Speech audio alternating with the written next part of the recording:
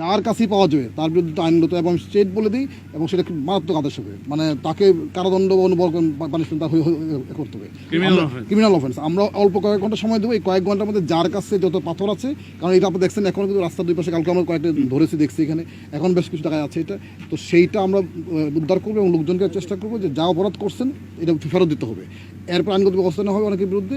আর আমরা crushing machine যেগুলো genuinely চলতো, যেগুলো আমরা স্থগিত করে রাখছি, এগুলো আমরা চালু করার ব্যবস্থা করে দেবো, কারণ ক্রাশিং মেশিনগুলো বন্ধ রাখলে যারা লিগেলি যারা ইম্পোর্ট করছে তাদের বেশি ক্ষতিগ্রস্ত হচ্ছে। সুতরাং আমরা পরিবেশ এবং পর্যটনকে এনশিওর করবো, প্রাকৃতিক সম্পদকে সংরক্ষিত করবো, পাশাপাশি ব্যবসাটাকে চালু রাখার চেষ্টা করবো যারা বৈধ ব্যবসা করছে। এই যে মহাপরিকল্পনার কথা বললেন, এই ক্ষেত্রে কি কোনো মনিটরিং সেল আপনারা গঠন করবেন কিনা? না, অবশ্যই করবো। এখানে মনিটরিং, আমি যেটা বললাম যে ধরেন এখানে আমরা কিন্তু ক্যামেরা আওতা নিয়ে আসবো, পুরো এলাকা নিয়ে আসবো, এবং 24 ঘন্টায় কিন্তু আমার সার্ভিলেন্স থাকবে এখানে। সুতরাং এখান থেকে অপরাধ করে কেউ কিন্তু পার পাওয়ার সুযোগ নেই, এবং যারা করেছেন তাদের আওতায় আসবে। আর কালকে একটা বলেছি, সেটা হলো যে এখান থেকে আর একটি পাথর কেউ সরাতে পারবে না, যদি কেউ করে তাহলে বুঝতে হবে যে তার মানে খারাপই আছে। কারণ আমরা এই প্রকৃতি সম্পদ এখানে থাকবে, এতগুলি সরকারি লোকজন, সরকার, কারণ যেটা হয়েছে কি 95% লোকেই চায় এই প্রকৃতি তার প্রকৃতি অবস্থা থাকুক, পুরো সংরক্ষণ থাকুক, সব কিছু হোক।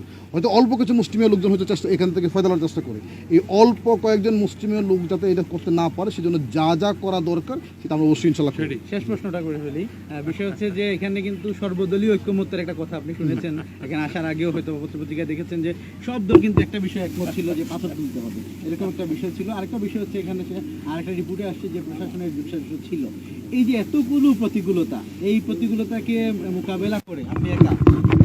না, আমি একা না, এখানে আপনাকে একা মনে করেন অবশ্যই না, এখানকার জনগণ থেকে শুরু করে সকল স্টেক হোল্ডার, আপনারা যারা আছেন, সকল প্রশাসন, সবাই কিন্তু একসাথে জানা আমরা প্রকৃতি সংরক্ষণ করবো, পরিবেশ সংরক্ষণ করবো, উন্নয়নে চলবে, ব্যবসাও চলবে, সবাই চলবে এখানে। সুতরাং এখানে আমরা কখনোই এখানে এক নম্বর বিষয়। দ্বিতীয় যেটা হচ্ছে যে আমরা এখানে যারা দায়িত্বে ছিলেন, যে কেউ থাকেন, যদি তার ইতিমধ্যে বলেছেন কারো যদি নেগলিজেন্স থাকে, সে তার ফল ভোগ করতে নিতে হবে, এটা বিষয়। সুতরাং আমি আশা করছি যে এটার একটা স্থায়ী সমাধান হবে, এবং খুব ইমিডিয়েটলি আপনারা দেখতে পাবেন ইনশাআল্লাহ।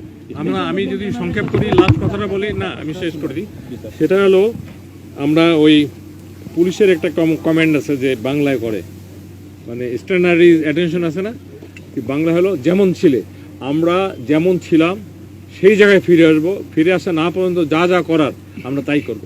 আপনাদের সকলকে অসংখ্য ধন্যবাদ।